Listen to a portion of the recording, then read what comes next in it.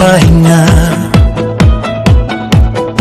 Masaya ang puso, may ngiti sa mukha. Magkakasama tayo, magkukwentuhan, tawanan at kwento, walang katapusan.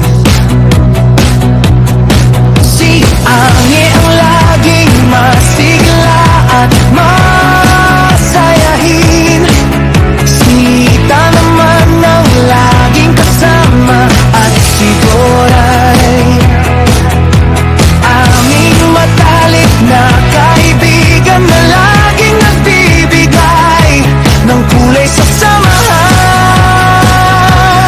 Ngunit ngayon ay medyo matagal na rin, hindi tayo nakalabas, hindi nagkikita ng buo. Si Doray ay nasa Qatar na ngayon. Malayo man ang agawat, hindi magbabago ang samahan.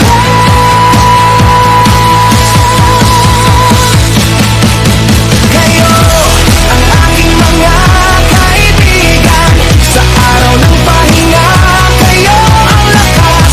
Namimiss ko ang tawanan, namimiss ko ang samahan. Para kay Ange, kay Nita, kay Doray, kahit saan man kayo naroon, maghihintay ako sa muling pagkikita, mas magiging masaya pa.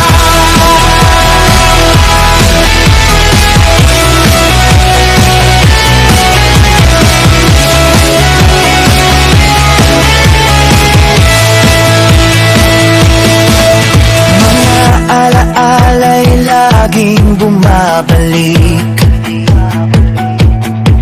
mga lakad, kwentuhan at simpleng ligaya.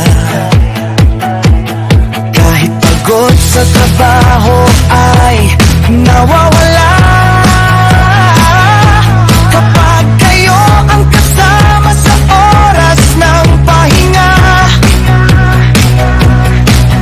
Malayo man si Doray sa aming pwesto, sa Kuwait man o sa Qatar, iisang pangarap, kayo pa rin ang pamilya dito sa malayo.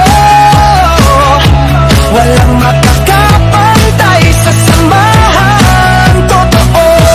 Ngunit ay medyo matagal na rin, hindi tayo nakalabas, hindi nagkikita ng buo. Si Doray ay nasa Qatar na ngayon. Layo man ang agawat, hindi magbabago ang samahan.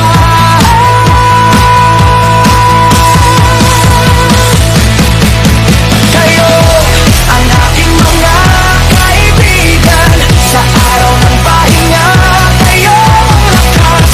Namimiss ko ang tawanan, namimiss ko ang samahan. Para kay Ange, kay Nita, kay Doray, kahit saan man kayo naroon, maghihintay ako sa muling pagkikita, mas magiging masaya pa. Sa araw muli magkikita tayong lahat, maglalakad, magtatawanan, parang dati pa. Walang pagbabago, tapat ang samahan. Malayong